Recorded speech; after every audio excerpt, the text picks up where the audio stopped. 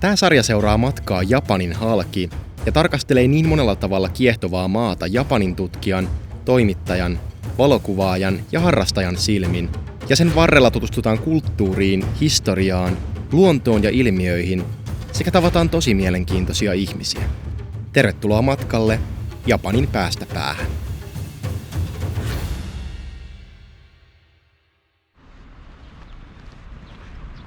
Huomenta. Vähän viileä aamu verrattuna eiliseen lämpimään päivään, mutta eiköhän tää lämpene tästä puolipilvistä. Ihan kivan näköinen sää. En tiedä miten hyvin nämä pilvet peittää Fujin, mutta se nähdään kohta. Tästä otetaan noin tunnin, vähän reilun tunnin bussimatka Kawaguchiko järvelle, joka on tossa Fujin kupeessa. Fujin ympärillä on 5 järveä, josta Kawaguchiko on isoin. Mitenkin mistä tää tuoksu tulee? Täällä on ihan niinku luumu täydessä kukassa.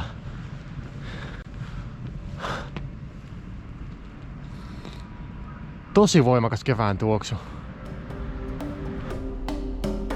Matkasin bussilla Kofusta vajaan parin tunnin matkan Fujin Viidenjärven alueelle.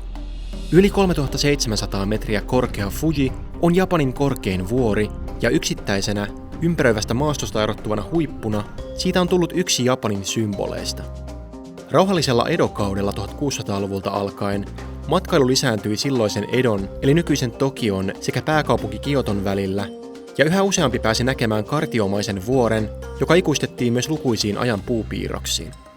Fujin pohjoinen puolisko sijaitsee Yamanashin prefektuurissa, jossa on myös 5 vulkaanisen toiminnan seurauksena syntynyttä järveä. Fujiin liittyvä matkailu keskittyy pitkälti niiden ympärillä oleviin kohteisiin. Suurimman Kawaguchiko-järven bussiterminaalilta otin jatkobussin pienemmälle Saiko-järvelle. Noin. Nyt jätin bussista pois. Tultiin Yashino-sato Nemba-nimiseen paikkaan. Täällä on siis vanhoja ennallistettuja maalaistaloja, jotka muodostaa tommosen hyvin suorastaan stereotyyppisen japanilaisen maalaismaiseman, missä Fujivuori on taustalla. Komeasti näkyy noi lentikulaaripilvet tossa Fujin päällä, eli kosteus nousee vuorerinnettä ylöspäin, koska Fuji on 3700 metriä korkea, niin se tiivistyy ja muodostuu tommosen lautasmaisen kypärän tolle Fujille. Hauskan näköinen. Sillä on hattu.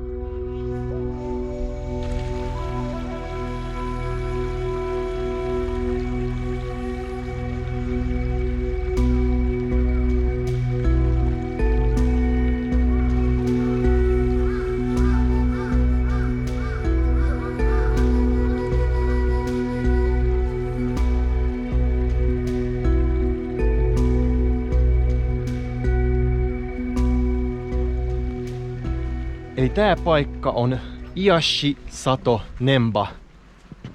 Iyashi meinaa jotakuinkin tervehtyä tai tuntea hyvää oloa. Ja sato meinaa fyrysatoa, eli tällaista vanhaa perinteistä maalaismaisemaa. 20-luvulla tää paikka oli juurikin tämän näköinen, mutta maanvyörymä tuolta vuorilta tuhosi suurimman osan taloista.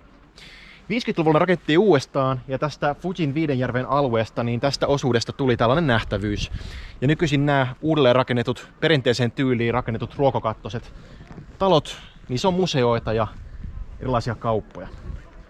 Ja Fujivuori kohoo komeasti tuolla taustalla. Tässä ei tämän parempaa maisemaa voisi vaan niin kuin toivoakaan. Mä käyn kattelee, mitä täältä löytyy näistä taloista.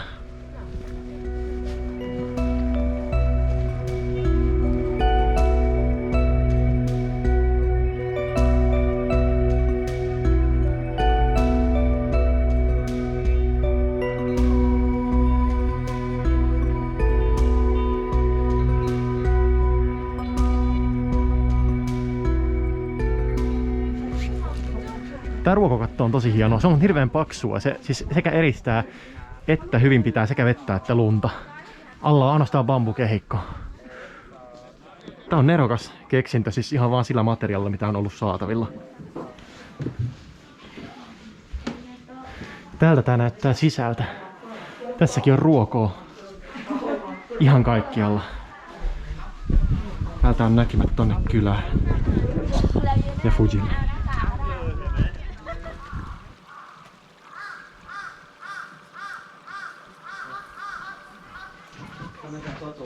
Tässä on tosi iso Outachi miekka.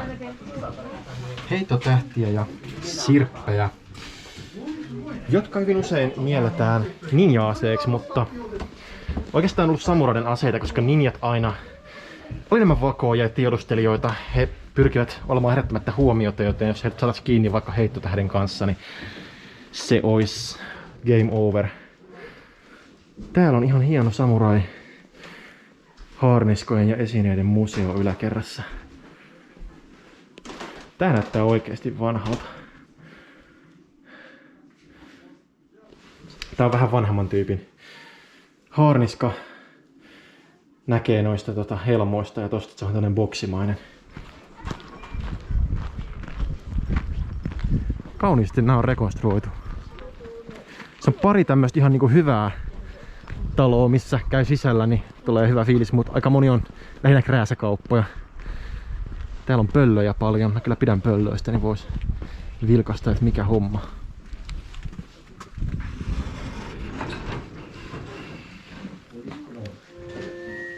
Nää on aika söpöjä. Käpypöllöjä tuollaisen pölkyn sisässä. Okei, tää kyllä yhdistää kaksi hienoa asiaa, mitkä kiinnostaa mua. Kaverit tuntee mut pöllömiehenä, koska mä rengastan pöllöjä ja se on ehkä lempieläimiä. Niin... Ja mä oon kiinnostunut samurai-historiasta, joten tämähän on ihan 5/5 luomus. Mä kävelen tästä pari kilsaa yhtä aika mielenkiintoiseen mestaan, nimittäin Fujilla ei ole pelkästään vuoria ja järviä, vaan koska Fujihan on tulivuori, aktiivinen tulivuori. Se on muodostanut paljon laavatunneleita sen viimeisten purkausten aikana. Niissä tunneleissa tai luolissa on kaikkia jännyyksiä, niin mennään kattoo yksi niistä.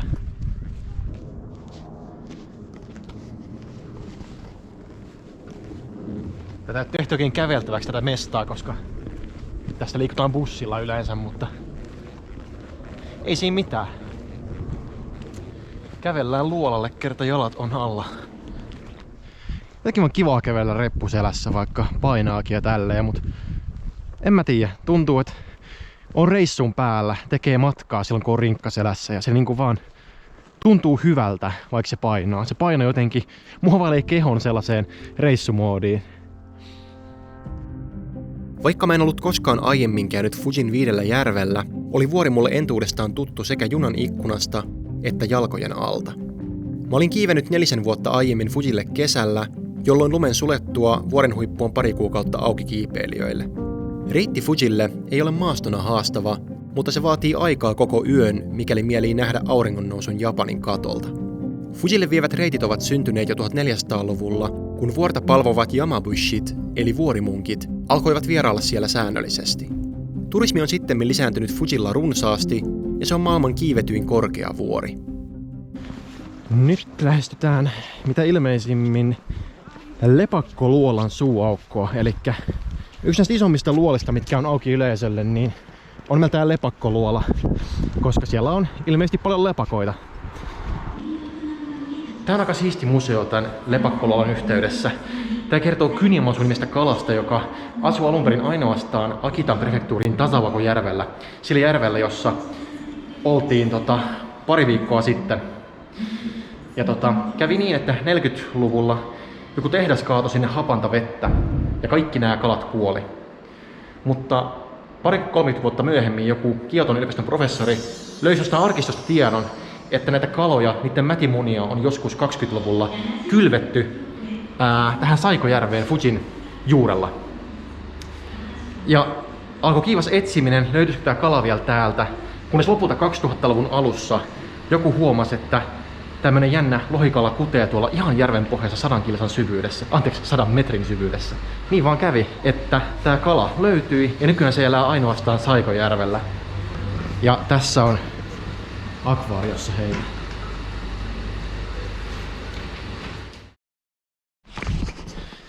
Okei. Söpöin tekosyy ikinä. No ei siis tekosyy, vaan ihan oikea syy. En pääse lepakkoluolaan, koska lepakot nukkuvat. Käy järkeen, koska siis nythän on talviunilla, on edelleen talvi. Niitä ei voi mennä häiritsemään sinne. Ihan ok, ei siinä mitään. Tässä on lähellä 2 muuta luolaa, joihin pääsee. Tää on lähellä, okei, 45 minuuttia kävelyä. Mikä ettei. Mä lähden käymään niissä, koska toi kiva mummeli, joka sanoi tuossa mulle just, että valitettavasti he nukkuvat, mutta hän antoi mulle alennusliput noihin muihin luoliin.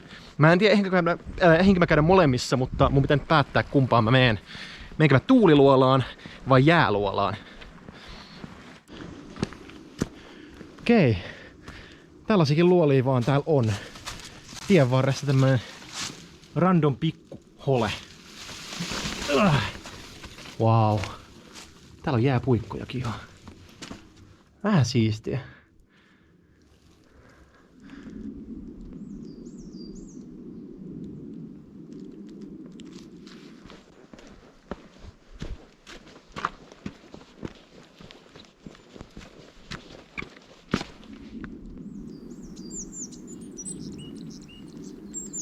Fujivuori on aktiivinen tulivuori ja sen purkausten jäljiltä kaikki ympäröivä kiviaines on jähmettynyttä laavakiveä. Se on tosi huokosta materiaalia ja siitä johtuen se on muodostanut myös paljon luolia, kuten tämän Ryuno-Dogytsun eli lohikäärmeen luolan tässä. Tuolla on alhaalla Shinto-pyhäkkö, alttari, eli tää on kaikille pyhä paikka vielä. Mä en ole menossa tonne, koska tuossa on lunta niin paljon ja jäätä, mä liukastun, mutta tää maisema on tosi hieno.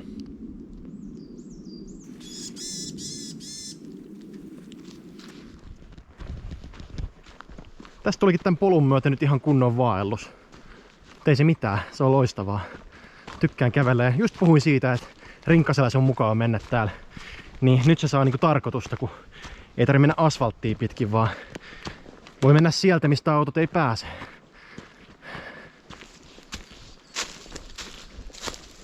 Vähän vaikea kulkuisempaa maastoa vaihteeksi.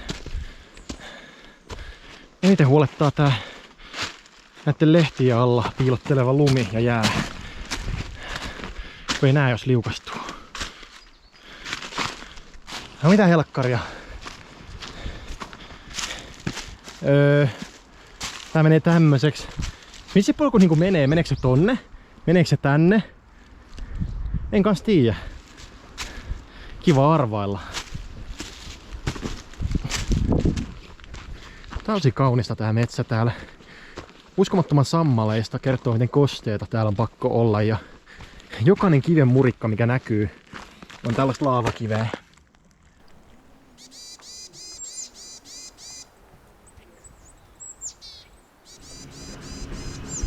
Käy ruokinnalla hömötiaisia samalla kuin Suomessa ja sitten välillä on värikkäämpiä vuoritiaisia, mitä on vaan Itä-Aasiassa. Tossa. この種類はこのも赤いですけど、もっとこのより赤い。これもフィンランドにすごく珍しい種類ですけど、多分ここには大体普通。この中にいます。本当ですか？すごいです。そう、これみんな僕の友達がこの中で森の近くで撮った写真。はい。Erilaisia tiaisia paljon. Se on toi ihana vuoritiainen. Mä oon myös lintuharrastaja, joten tämmöiset kiehtoo mua. Aika paljon tuttui Suomellekin, tai suomalaisillekin tuttui lajeja, kuten tää punatulkku, joka on vähän vähemmän värikäs kuin meillä. Wow, tää on aika hullu. Kaikkialla pitää olla selityksiä, ei voi nauttia hiljaisuudesta edes luolassa. Ei se mitään. Toi mies varoitteli, että tossa on tosi paljon jäätä tossa portaikossa, niin pitää varoa. Ja alimmillaan tää on vaan 90 senttimetriä korkea, joten pitää olla oikeasti varovainen.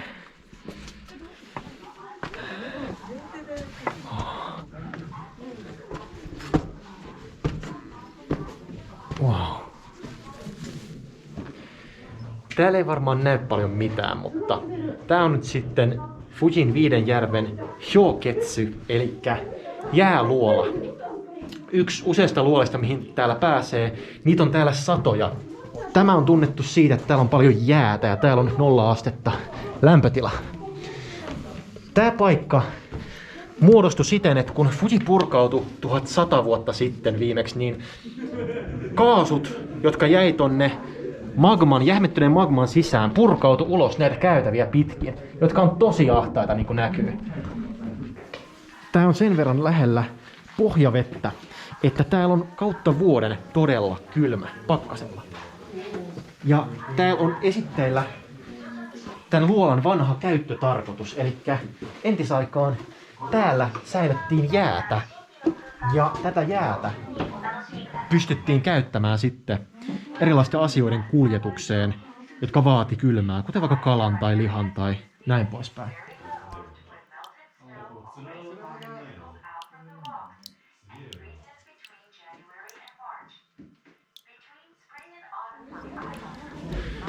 Se on aika siisti. Ei mikään hirveän iso, mutta tosi näyttävä. Ja saa hyvää kuvaa noista luolista ylipäätään. Tosi klaustrofobista, miten pieni toi käytävä rööri oli, missä piti tunkea läpi, mutta se oli siisti. Pakko saada jostain vähän energiaa.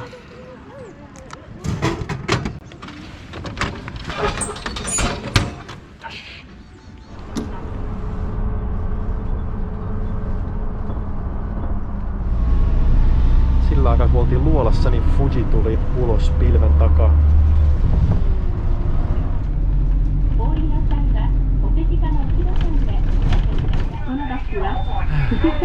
Nämä bussien aikataulut on niin surkeita mun kannalta, että mä en yhtään missään välissä hauta ruokaa, koska muuten ei oikein ehdi seuraavaan bussiin ja tälleen. Mä oon pakko paahtaa eteenpäin koko aika. Vähän ikävä homma, mutta ei se mitään. Vielä on energiaa, pari banaania kannattelee.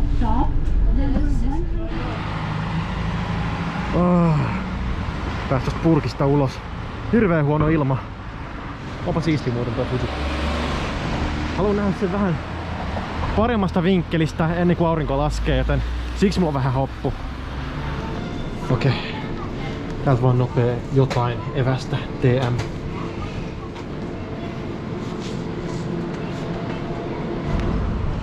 Smoothien ja kurrileivän voimalla eteenpäin. Tonne kukkulalle pitäisi ehtiä kiivetä vielä ennen kuin aurinko laskee. Jotenkin megasöpö tää radan varsi. Yhden raiteen pikkujunarata ja pikkujuna siinä varmaan kulkee. Nättei kyllä nääkin niin enää normaalit metsittyneet vuoret tälleen iltaruskossa. Mutta jotenkin huvittaa, että ne kaikki vaan jää ton yhden dominoivan monsterin alle, joka on nimeltään Fuji. Halusin nähdä Fujin vielä iltaruskossa paikasta, josta avautuu suorastaan stereotyyppinen maisema. Kyseessä on Chūreitoon Pagodi, joka on osa 60-luvulla vuoren rinteelle rakennettua puistoa ja rauhanpyhäkköä. Siis tää on näille ihmisille helppoa, kello on vaan tyyliin kamera joku pikkureppu, mutta täytyy muistaa, että mulla on tää 15-kiloinen omaisuus mun selässä. Ja tota matkaa on ihan hitosti vielä.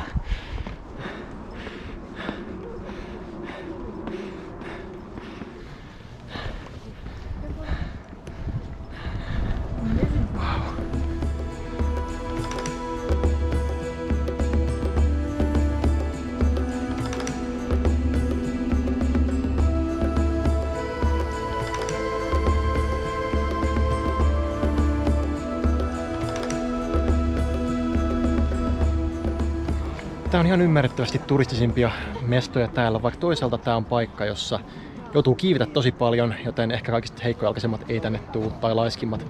Onhan tää päätös nyt hieno. Onhan tää siis tosi stereotyyppinen maisema Fujista. Mutta mä halusin kerran nähdä tän, kerta mä täällä päin oon. Tää auringonlasku on vaan upea. Fuji alkaa kääriintyä iltapeitteeseen. Lumi heijastaa vielä jonkun verran rinteeltä, mutta kun aurinko laskee, niin vuori sinertyy ja toi usva nousee pikkuhiljaa vuoren rinnettä ylöspäin. Mä kiipesin Fujin huipulle tasan 3,5 vuotta sitten ja se veti mehut, mutta oli äärimmäisen uskomatonta olla Japanin katolla hetken aikaa ja nähdä auringon nousu sieltä. Ja nyt kun mä näen sen katon tuolla vielä monen 100 kilometrin päässä, niin aika sanattomaksi vetää tää maisema. Ja ylipäätään se, että tää maisema näkyy kaikissa matkakirjoissa oppaissa missä ikinä, niin jotenkin vaan älytöntä nähdä se paljain silmin, omin silmin.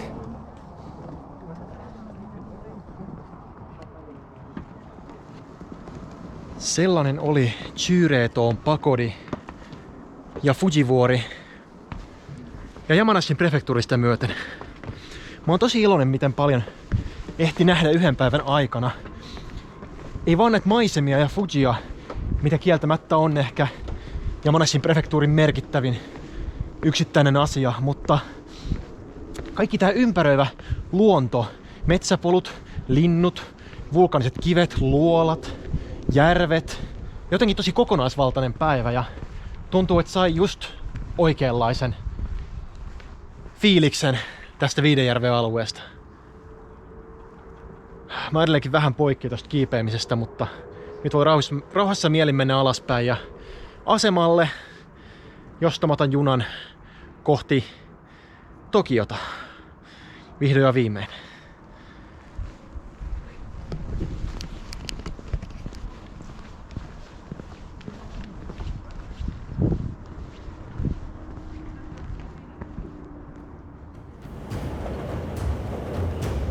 Hymyilyttää olla Tokiossa pitkästä aikaa.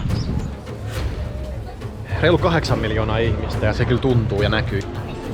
Tää on ehkä tokiomaisin asia, mitä voi olla.